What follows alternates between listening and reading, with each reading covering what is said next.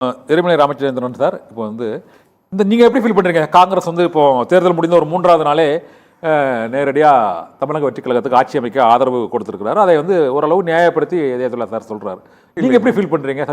சத்யராஜ் குப்புசாமி அது எனக்கு வந்து ரொம்ப வருத்தம் அளிக்குது, அது தவறான அணுகுமுறைன்னு அவர் சொல்கிறார். நீங்கள் எப்படி ஃபீல் பண்ணுறீங்க சொல்லுங்கள். மத சார்பின்மை அப்படி என்ற சொல் தேர்தலுக்கு முன்பு தமிழக வெற்றி கழகம் அப்படி இல்லையா என்ற ஒரு கேள்வி இருக்கு. தொடக்கத்தில் ஏற்கனவே திரு ராகுல் மூலமாக இங்கு தாவேகாவோடு கூட்டணி வைப்பதற்கு பேசப்பட்டது இல்லையா? நிறைய தலைவர்கள் நாங்கள் தாவேகாவோட பேசிட்டு இருக்கிறோம் அப்படின்னு பேசினாங்க.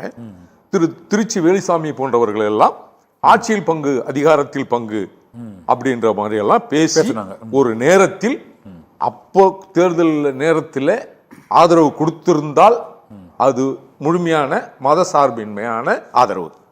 ஆனா இப்ப கொடுக்கிறது என்பது அது ஒரு சுயநலத்தோடு கொடுக்கப்படுகிற ஆதரவா தான் நான் பார்க்கிறேன். ஏன் சுயநலத்தோடு அப்படின்னா, ஒருவேளை தாவேகா தோத்துடுமோ அப்படின்ற மனநிலையில் நிறைய பத்திரிகை ஊடகங்கள்லாம் இருந்துச்சு. திரு பாண்டிய உட்பட 10 சீட்டு தாவேகா ஜெயிச்சுன்னா நான் அரசியல் பேசுறதை விட்டுடுறேன்னு பேசின ஒரு சூழல் இருந்த நேரத்தில் காங்கிரஸ் வந்து ஆதரவு கொடுக்கல. ஆனா தாவேகா வந்து பல பேருக்கு வந்து திருமாவளவன் தொட்டு எல்லாருக்குமே கடிதம் கொடுத்து நீங்க ஆதரவு கொடுங்க அப்படின்னு கேட்கிறாரு. ஆனா நீங்க மத சார்பின்மை அப்படின்னா நீங்க மதத்தை வைத்து பாஜக அரசியல் செய்கிறது அப்படின்னு நீங்க பொருள் எடுத்துட்டீங்கன்னா, அந்த மத சார்பை பல்வேறு மதங்களையும் பல்வேறு சாதிகளையும் உள்வாக்கிய நாடுதான் இந்திய நாடு. அந்த நாட்டை ஆளுகிற ஒரு கட்சியை ஒரு முத்திரையை குத்தி, மதவாதம் என்ற ஒரு முத்திரையை குத்தி நம்ம வந்து புறக்கணிக்கவோ ஒதுக்கவோ முடியாது. ஏன்னா தேர்தல் ஆணையத்தால் அங்கீகரிக்கப்பட்டு இன்றைக்கு எல்லா இடத்துலையும் இருக்காங்க. சரிங்களா? ஆனா இங்க நம்ம என்ன சொல்றாரு, இது பாரதிய ஜனதா கட்சிக்கு நாங்கள் ஒரு செக் வைத்திருக்கிறோம். வழக்கமாக அனைத்து மாநிலங்களிலும் இது போன்ற தொங்கு சட்டமன்றம் ஏற்படும் பொழுது முதலில் பாரதிய ஜனதா கட்சியின் மேலிட தலைவர்கள் அங்கு வந்து விடுவார்கள். வந்து உடனடியாக ஆட்சி அமைப்பதற்கான முயற்சி, கட்சிகளை உடைப்பது ஆகிய பல்வேறு நடவடிக்கைகளில் ஈடுபடுவார்கள். இப்போது நாங்கள் முதலில் போய் ஆதரவு தெரிவித்து விட்டதால் இப்பொழுது பாரதிய ஜனதா கட்சிக்கும் அதிமுகவுக்கும் அங்கு வேலை இல்லை என்பதை இதே ஆதரவை ஏன் தேர்தலுக்கு முன்ன தாவேகாவுக்கு கொடுக்கல? தேர்தலுக்கு முன்பு நீங்கள் அதான் காரணத்தை குறிப்பிட்டு சொல்லிட்டீங்க. அப்போ வந்து ஒரு 2 பக்கமே ஒரு சூழ்நிலை இருந்தது. தாவேகாவுக்கு ஒரு பெரிய மக்கள் செல்வாக்கு, காங்கிரஸ் கட்சியில் உள்ள பெரும்பாலானவர்கள் திமுக கட்சியை விரும்பினார்கள். அது உண்மைதான். பெரும்பான்மையான ஓட்டு திருமாவளவன் கிட்ட இருந்து அதிகமாக விலகி போனது வட மாவட்டத்தில் பட்டியல் சமூகத்தில் குறிப்பாக பறையர் சமுதாயத்தினுடைய ஓட்டுகள் எல்லாம் பிரிந்து போனதற்கு என்ன காரணம் அப்படின்னு நம்ம பார்க்க வேண்டியிருக்கு. அதுல இங்க என்ன நடந்திருக்கு அப்படின்னா, வெறும் இளைஞர்கள் மட்டும் தாவேகாவுக்கு ஓட்டு போடல. எல்லாருமே பெரும்பான்மையாக இருக்கிற சமூகங்கள் கூட, வட மாவட்டத்திலும் தென் மாவட்டத்திலும் இருக்கிற சமூகங்கள் கூட திமுகவில் நடந்த சாதிய கொடுமைகள், ஆணவ படுகொலைகள், பட்டியல் சமூக மக்களுக்காக ஒதுக்கப்பட்ட நிதியை எடுத்து தவறான முறையில் திமுக அரசு பயன்படுத்தியதனுடைய விளைவு இன்றைக்கு திமுக தலைவரை தோக்க வேண்டிய ஒரு நிலைமை தமிழ்நாட்டில் வந்து. இல்ல நான் அதை கேட்கல. இல்ல திமுக தோல்விக்கான காரணம் கேட்கல. காங்கிரஸ் போனதுக்கான காரணம். அதனால தான் காங்கிரஸ் கட்சி இப்படி வந்து சாதிய ரீதியாகவும் இருக்கிற, சாதியத்தை அதிகமாக ஆழமாக மனதுக்குள் வைத்திருக்கிற இந்த திமுகவினரை ஒட்டுமொத்தமாக விரட்டி அடிக்க வேண்டும் என்ற மனநிலையில் தான் அவர்கள் வாக்களித்தார்கள், இளைஞர்களும் இளைஞர்களும் தாவேகாவுக்கு. ஆனா இங்க காங்கிரஸ் நிலை, தமிழக வெற்றி கழகத்தின் வேட்பாளர்கள் எல்லாமே இப்ப நம்ம சத்யராஜ் குப்புசாமி சொன்ன மாதிரி ஒரு அனைத்து தொகுதிகளிலுமே சாதி மதம் அற்ற பார்க்காம வேட்பாளர்களை நிறுத்திருக்காங்கன்னு நினைக்கிறீங்களா? இல்ல, கிட்டத்தட்ட பொது தொகுதியிலே பட்டியல் சமூகத்துக்கு வாய்ப்பு கொடுக்காத திராவிட கட்சிகளில் கொடுத்திருக்காங்களா சார்? இந்த தடவை கொடுத்திருக்காங்க. எவ்வளவு சீட்டு கொடுத்திருக்காங்க? கிட்டத்தட்ட 33. டிவிக்கு எவ்வளவு கொடுத்திருக்காங்க? 33. அதெல்லாம் கிடையாது, போய் இது 33. அது சமூக வலைதளத்தில் வரக்கூடிய செய்தியாரா தவறு நிரூபிக்கப்பட்டது. 100% ராங் டேட்டா. அது பொது தொகுதியில எத்தனை பேர் கொடுத்திருக்காங்க சார்?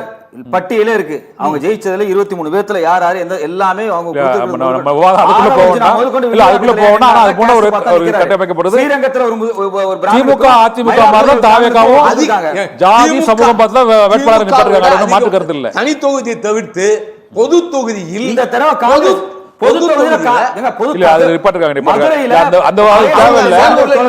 விஸ்வநாதன் எத்தனை தொகுதி இதுக்கு சொல்ல வரல நானு.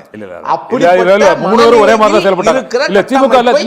திமுக அதிமுக மற்றும் இப்போது இருக்கக்கூடிய தமிழக வெற்றி கழகம் மூன்றுமே ஒவ்வொரு மாவட்டத்திலும் பெரும்பான்மையாக உள்ள ஜாதி மதம் பணம் செல்வாக்கு பார்த்தா வேட்பாளர்களை நிப்பாட்டு.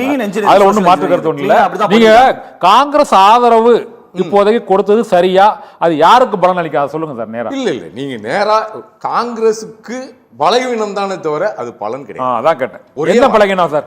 என்ன பலகீனம்னா இவங்க முதல்ல போயிருந்தாங்கன்னா ஆட்சியில் பங்கு கிடைச்சிருக்கும், துணை முதல்வர் ஆயிருக்கலாம், அமைச்சர் பதவி கிடைச்சிருக்கும், எல்லாமே கிடைச்சிருக்கும் தொடக்கத்துல.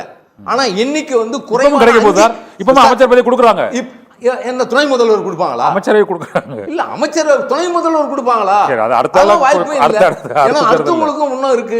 இல்ல அடுத்த அது சொல்லிட்டாங்க. அடுத்த உள்ளாட்சி தேர்தல், மக்களவை தேர்தல், மாநிலங்களவை தேர்தல் இந்த கூட்டணி தொடர்ந்து சொல்லியிருக்காங்க வரப்போகுது. ஆனா இதுல வந்து காங்கிரஸ் வந்து திமுகவை திட்டமிட்டு நம்ப வச்சு வெளியில வந்துடுச்சு. அதனால இதுல ஒட்டுமொத்தமா பாதிக்கப்பட போறது திமுக தான். திமுக கூட்டணியில் இருக்கிற அத்தனை கட்சிகளும் வெளியேறுவதற்குண்டான சாத்தியமும் வாய்ப்புகளும் அதிகமா இருக்கு. திமுக கூட்டணிகளை வெளியேற்றுவதற்கான முதல் கட்ட நடவடிக்கையை தான் காங்கிரஸ் இந்த தேர்தலில் தொடங்கியது என்று கூறுகிறார்கள். எருமை ராமச்சந்திரன் சார் சொல்லுங்க சார். இப்போ தமிழக வெற்றி கழகம் எதிர்கொள்ளக்கூடிய ஒரு முக்கியமான சவால் என்ன? இந்த திமுக அதிமுக இந்த இருதுருவ அரசியலுக்கு ஒரு முடிவு ஏற்படக்கூடிய காலகட்டம் நெருங்கி விட்டதாக ஒரு பொதுவான ஒரு கருத்து இருக்கு. அது நீங்க அதை எந்த அளவுக்கு நீங்க நினைக்கிறீங்க? உங்க கருத்தை நான் காரை செல்வராஜ்கிட்ட கேட்கணும். கரெக்டா சொல்லியிருக்காரு. ஒன்றும் இல்லை சார். இதுல நீங்க இப்போ சகோதரர் சொன்னாரு அதிமுக வந்து ரெண்டாவது உடையறதுக்கு வாய்ப்பு இருக்கு, அது பிஜேபி முயற்சி பண்ணுது. அதுதான் தெளிவா சொல்லிட்டாங்க. திரு சி.வி. சண்முகம், திரு எஸ்.வி. வேலுமணி எல்லாம் ஒன்னும் சிக்கல் இல்லை, அப்படி ஒரு சம்பவம் எல்லாம் ஒன்னும் இல்லை, நாங்க ஒற்றுமையா தான் சொல்லிட்டாங்க. நான் என்ன கேக்குறேன், அர்த்தம் கேக்குறாங்க. அல்ல அது சொல்லிட்டாங்க. ராகுல் விஜய் ஃபோர்ஸ் திமுக அதிமுகவை பின்னுக்கு தள்ளுமா அடுத்த தேர்தல்கள்ல மக்கள் மத்தியில்? அதை கேட்கிறேன். அப்படியெல்லாம் ஒரு வாய்ப்பும் இல்லை சார். ஏன்னா திரு விஜய் அவர்கள் எதிர்கொள்ள வேண்டிய முக்கியமான சிக்கல் என்ன வரும்? ஆட்சி அமைச்சிட்டா அப்படின்னா தமிழ்நாட்டில் திமுக ஆட்சியில் நிலவி கொண்டிருந்த போதைப் பொருள் கலாச்சாரத்தை திரு விஜய் அவர்களால் தடுத்து நிறுத்திவிட முடியுமா? நான் கேட்கறது இல்ல விஜய் ராகுல் ஃபோர்ஸ் திமுக அதிமுக ரெண்டு கட்சிகள்ல யாருக்கு பெரிய பாதிப்பையோ தடங்களையோ ஏற்படுத்தும் சார்? இது அரசியல். அதை கேட்கிறேன். கொள்கை கூட்டணின்னு பேசிக் கொண்டிருந்த அந்த கூட்டணியிலிருந்து விலகி வந்தவங்க தானே சார்.